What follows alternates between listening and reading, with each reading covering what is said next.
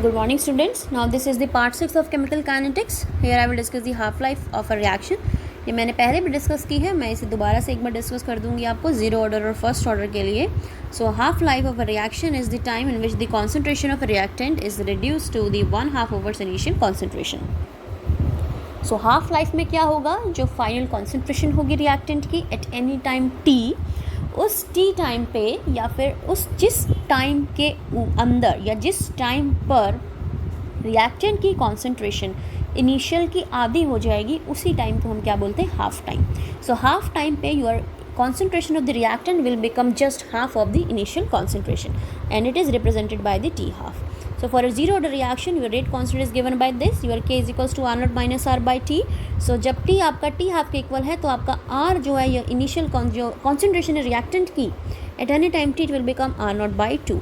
So rate constant at T half will becomes what, आप just value substitute कर दें, R को आप लेके R naught by 2 and divide by T half, your T half will be equal to R naught by 2K, which is very simple. आप इसे solve करें खुद से, जितना खुद से प्रैक्टिस करेंगे इन डेरिवेशंस की उतनी ईजी लगेगी आपको और गलती होने के चांसेस कम होंगे. Now it is clear that T half for a zero order reaction is directly proportional to what, it is directly proportional to the initial concentration of the reactant and inversely proportional to the rate constant. So fine, अब आप यहाँ देख सकते हैं ना easily कि जो T half है या हाफ टाइम है किसी भी जीरो ऑर्डर रिएक्शन के लिए वो किसके प्रोपोर्शनल रहेगा, initial concentration of the reactant के. जितना ज़्यादा इनिशियल कॉन्सेंट्रेशन होगा रिएक्टेंट का उतनी ज़्यादा उसका हाफ टाइम होगा और जो रेट कांस्टेंट है वो उसका इन्वर्स प्रोपोर्शनल रहेगा. सो टी हाफ का रेट कांस्टेंट इन्वर्स प्रोपोर्शनल है और टी हाफ से कॉन्सेंट्रेशन का जो इनिशियल कॉन्सेंट्रेशन का जो रिलेशन है वो डायरेक्ट प्रोपोर्शनल है. अब हम फर्स्ट ऑर्डर के लिए देख लेते हैं. वी नो दैट कि फर्स्ट ऑर्डर के लिए हमारे लिए क्या इक्वेशन थी, K is equals to 2.303 log R naught by R again at time T half. अब T half वो टाइम है जब आपकी जो कॉन्सेंट्रेशन है रिएक्टेंट की वो एग्जैक्ट इनिशियल की क्या हो जाएगी, आधी हो जाएगी. तो हमने वही चीज़ यहाँ सब्स्टिट्यूट करनी है फिर से. Now your T half will become R is equals to R naught by 2. So the above equation will become what, आपने R की जगह R naught by 2 पुट करना है. ठीक है, तो आप इसे सॉल्व करेंगे तो टी हाफ 2.303 बाई के लॉग 2 का इक्वल आ जाएगा. इसे सॉल्व करेंगे तो 0.301 के इक्वल हुआ. मैं बोल रही थी लॉग 2 आपका 0.31 के इक्वल होगा, तो 0.301 के इक्वल है तो इसकी वैल्यू आ गई 0.693 अपॉन के. So it can be seen that for a first order reaction your half period is constant, that is it is independent of initial concentration of the reacting species. तो first order reaction के लिए जो half life time है या half life time है किसी reaction का, वो रिएक्टेंट की कॉन्सेंट्रेशन पे डिपेंड नहीं करता है. It is independent of the initial concentration of the reactant species. And half life of a first order reaction और first order equation is readily calculate from the rate constant and the vice versa. तो अगर हमें किसी reaction या जो first order है उसकी half life निकालनी है तो हम उसको कैसे निकालते हैं, हम रेट कांस्टेंट की हेल्प से निकालते हैं, या रेट कांस्टेंट की हेल्प से फर्स्ट ऑर्डर रिएक्शन का हाफ लाइफ निकालते हैं, या हाफ लाइफ की हेल्प से फर्स्ट ऑर्डर की हम रेट कांस्टेंट निकालते हैं. So this is very important that your for zero order reaction T half is proportional to R naught, and for zero order reaction your half time depends on the initial concentration of the reactant, and for the first order reaction your half time is independent of the initial concentration of the reactant. This is very important. Now next is the pseudo first order reaction. pseudo first order reactions क्या है, जो देखने में तो लगेंगे कि second order हैं, जो होंगे भी सेकेंड ऑर्डर ही, बट हम एक रिएक्टेंट स्पीशीज़ की कॉन्सेंट्रेशन को हम इग्नोर कर देते हैं. अगर वो एक्सेस में प्रेजेंट है तो ये आपकी बन जाती है pseudo first order reaction. अब it is saying chemical reactions which appear to be of higher order but actually are of lower order are called pseudo order reactions. अब वो reactions लगती तो है कि सेकेंड उसकी टू उसकी मॉलिकुलरिटी रहेगी या ऑर्डर उसका 2 रहेगा, बट एक्चुअल में वो उससे कम ऑर्डर की रहेगी. तो ऐसे ही ऑर्डर रिएक्शंस को हम बोलते हैं pseudo order reactions. In case of pseudo order first order reactions, the chemical reaction between two substances take place and one of the reactant is present in excess. देखो pseudo first reaction में आपकी substance तो दोनों ही use होंगे, यानी कि दो ही आपके ऑर्डर यूज़ हो रहे हैं, दोनों रिएक्टेंट यूज़ हो रहे हैं, लेकिन एक रिएक्टेंट बहुत ज़्यादा अमाउंट में प्रेजेंट है. तो बहुत ज़्यादा एक्सेस में प्रेजेंट होने की वजह से हम उसको क्या करते हैं, इग्नोर कर देते हैं. इग्नोर होने की वजह से वो आपकी अब सेकेंड से फर्स्ट ऑर्डर बन जाती हैं. तो क्योंकि वो सेकेंड थी लेकिन एक कॉन्सेंट्रेशन बहुत एक्सेस होने की वजह से उसको इग्नोर कर दिया, तो वो आपकी सूडो फर्स्ट ऑर्डर हो गई. सूडो में नकली फर्स्ट ऑर्डर रिएक्शन. ठीक है. false first order reaction. So here example is the hydrolysis of ester. In this reaction your ester is just utilizing, water is utilizing, giving you this, but in the rate constant only ester is written but not the water, because water यहाँ बहुत ज़्यादा excess में present रहता है, जिस वजह से water को हम इग्नोर करते हैं. So this is the pseudo first order reaction.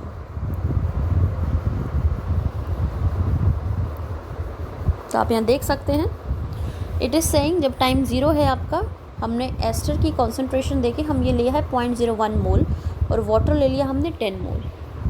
इसकी हम एसिडिक हाइड्रोलिसिस कर रहे हैं और आपका जो एसिडिक एसिड और इथेनॉल है वो दोनों 0.0 मोल है इनिशियली. बट जब रिएक्शन हो जाती है तो क्योंकि आपने एस्टर लिया है 0.01 मोल, तो ऑब्वियस सी बात है जितना एस्टर लिया है उतना ही वाटर यूटिलाइज होगा, तो इसका 0.01 मोल ही यूटिलाइज होगा. बच कितना आ गया? 9.9 मोल बच गया. तो अगर 0.01 इसका रिएक्ट किया और 0.01 वाटर का रिएक्ट किया तो एसिडिक एसिड और इथेनॉल भी कितना बनेगा? 0.01 इन दी 0.01. क्योंकि एसिडर जो एस्टर है और वाटर है उनका यूटिलाइजेशन 0.01 हुआ है, तो एसिड और इथेनॉल भी 0.01 ही बनेगा. तो अब देखें यहाँ पे बच कितना गया? पानी 9.9 एक्सेस में बच गया यहाँ पे. तो एक्सेस में होने की वजह से इसको हम इग्नोर करते हैं. So concentration of water does not get altered much, fine, because इसकी कॉन्सेंट्रेशन जो है ज़्यादा इफेक्ट नहीं हो रही है. So during the course of the reaction, so reaction behaves as a first order reaction and such reactions are called the pseudo first order reaction. Actual में water तो यूटिलाइज हो रहा है, वाटर पार्टिसिपेट कर रहा है, बट वाटर की concentration में इतना चेंज नहीं आ रहा. तो वाटर की कॉन्सेंट्रेशन में इतना चेंज नहीं आने की वजह से हम इसको इग्नोर करते हैं. Reactions become the first pseudo first order reaction. इसका एक और एग्जांपल है, inversion of cane sugar is another pseudo first order reaction. Your cane sugar hydrolysis in the presence of acid, it will give you glucose and the fructose, and this is again the pseudo first order reaction. यहाँ भी water आप count नहीं करेंगे in the order, sorry, in the rate law, fine. So this is the pseudo first order reaction. To determine the order of the reaction. तो इससे पहले हमने किया था सूडो फर्स्ट ऑर्डर रिएक्शन जिसमें डेरिवेशन नहीं है. आपको थोड़ा सा थ्योरेटिकल आइडिया है कि क्या होती है pseudo first order reaction. Just it.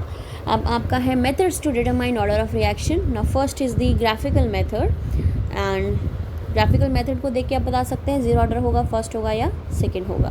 तो आप देखें रेट की कॉन्सेंट्रेशन के साथ ग्राफ देखें, तो अगर आपका किसी रिएक्शन का रेट कॉन्सेंट्रेशन के इंडिपेंडेंट है, फाइन, किसके रिएक्टेंट की कॉन्सेंट्रेशन के अगर इंडिपेंडेंट है रेट, तो it mean this is the 0 order reaction.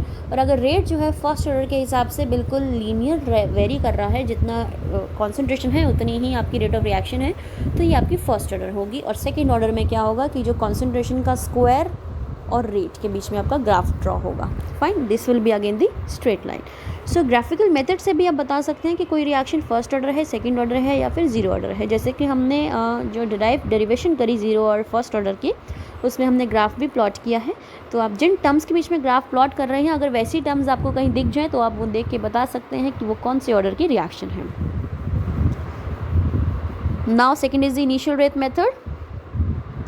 In this method the order of reaction is determined by varying the concentration of one of the reactant while others are kept constant. अब इसमें क्या करते हैं हम initial rate method में, हम order of reaction determine करते हैं. कैसे? एक रिएक्शन की कॉन्सेंट्रेशन कांस्टेंट रख के और दूसरे की वेरी करके.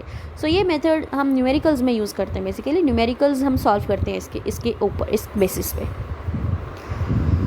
Now third is the integrated rate law method. In this method different integrated rate equation which gives the most constant value for the rate constant corresponds to a specific order of the reaction. So integrated rate law method से भी हम order of reaction rate of reaction find out करते हैं. Fine, in this method different integrated rate equation gives out most constant value for the rate constant that corresponds to a specific order of a reaction. So अगर आप ये integrated rate equation निकालें जिससे हमें most constant values निकलेंगी किसी भी rate constant की, और उस मोस्ट कांस्टेंट रेट वैल्यूज से रेट कांस्टेंट की हम स्पेसिफिक ऑर्डर उस रिएक्शन का बता सकते हैं देख के. तो इंटीग्रेटेड लॉ मेथड से, इंटीग्रेटेड रेट लॉ मेथड से हम एक कांस्टेंट वैल्यू निकाल सकते हैं रेट कांस्टेंट की, और वो जो कांस्टेंट वैल्यू होगी वो हमें किसी भी रिएक्शन का स्पेसिफिक ऑर्डर बनाने में हेल्प करेगी. तो ये पार्ट आपके सिलेबस में नहीं है, बट ये कुछ एक जो मैं डिस्कस कर रही हूँ this is just extra part. Means किस किस हेल्प से हम डिटरमाइन कर सकते हैं हमारी order of the reaction. First is the graphical, second initial rate method, and third is the integrated rate law method. एक और मेथड है आपका half life period. So half life period method भी है in general. The half life period of reaction of nth order is related to the concentration, initial concentration in such way. अब एक general formula है बेटा जो आप याद कर लें तो बेटर रहेगा, बिकॉज इसकी डेरिवेशन हम नहीं करेंगे, it is not a part of your syllabus. But कई बार एंट्रेंस में पूछ लिया जाता है तो उसके लिए इक्वेशन हम करते हैं कि आपको हाफ लाइफ दे दिया गया है, आपको ऑर्डर बताना है. हाफ लाइफ गिवन है, इनिशियल कॉन्सेंट्रेशन गिवन है, and order you have to calculate. In that case the formula will be T half is proportional to 1 upon initial concentration n-1. अब देखो ये कोई फॉर्मूला नहीं है, ये हमने डिराइव किया है. अगर हम फर्स्ट ऑर्डर को देखें तो फर्स्ट ऑर्डर के हिसाब से आपका जो टी हाफ है इनिशियल कॉन्सेंट्रेशन की क्या आता है, डायरेक्ट प्रोपोर्शनल आता है. ठीक है. और अगर हम फर्स्ट ऑर्डर को देखें तो ये कॉन्सेंट्रेशन के इंडिपेंडेंट आता है. सेकेंड ऑर्डर देखेंगे तो ये टी हाफ जो है आपका इनिशियल कॉन्सेंट्रेशन के इन्वर्स प्रोपोर्शनल हो जाएगा. तो उसी रिलेशन को देखते हुए हमने ये कॉमन टर्म निकाली है दैट योर टी हाफ. देखो अगर आप n की वैल्यू यहाँ पे 0 पुट कर दें तो आपका जो टी हाफ है वो किसके इक्वल हो जाएगा, 1 अपॉन a की पावर -1. तो टी हाफ आपका किसके प्रोपोर्शनल हो गया, सीधा इनिशियल कॉन्सेंट्रेशन के, जो कि आपका एक्चुअल में करता है, जो हमने डिराइव किया है. Your T half is proportional to the initial concentration of reactant. Now if you put your n is equals to 1 for the first order reaction, 1 - 1 0 हो जाएगा. तो आपकी a की पावर क्या हो जाएगी, 0. तो ये 1 हो गया. तो अब टी हाफ आपके किसके प्रोपोर्शनल हो गया, 1 के इक्वल. तो टी हाफ आप कॉन्सेंट्रेशन में डिपेंड ही नहीं कर रहा, वही चीज़ आ गई. ऐसे ही सेकंड ऑर्डर का निकालेंगे या 2 पुट करें तो आपका टी हाफ अब इनिशियल कॉन्सेंट्रेशन के इन्वर्स हो जाएगा. तो ये वही जनरल फार्मूला है जिसे आप लर्न कर लें, और इससे आप किसी भी रिएक्शन की अगर आपको टी हाफ और इनिशियल कॉन्सेंट्रेशन पता है तो आप ऑर्डर निकाल सकते हैं. ठीक है. And this method is employed only when the rate law involve only 1 concentration term.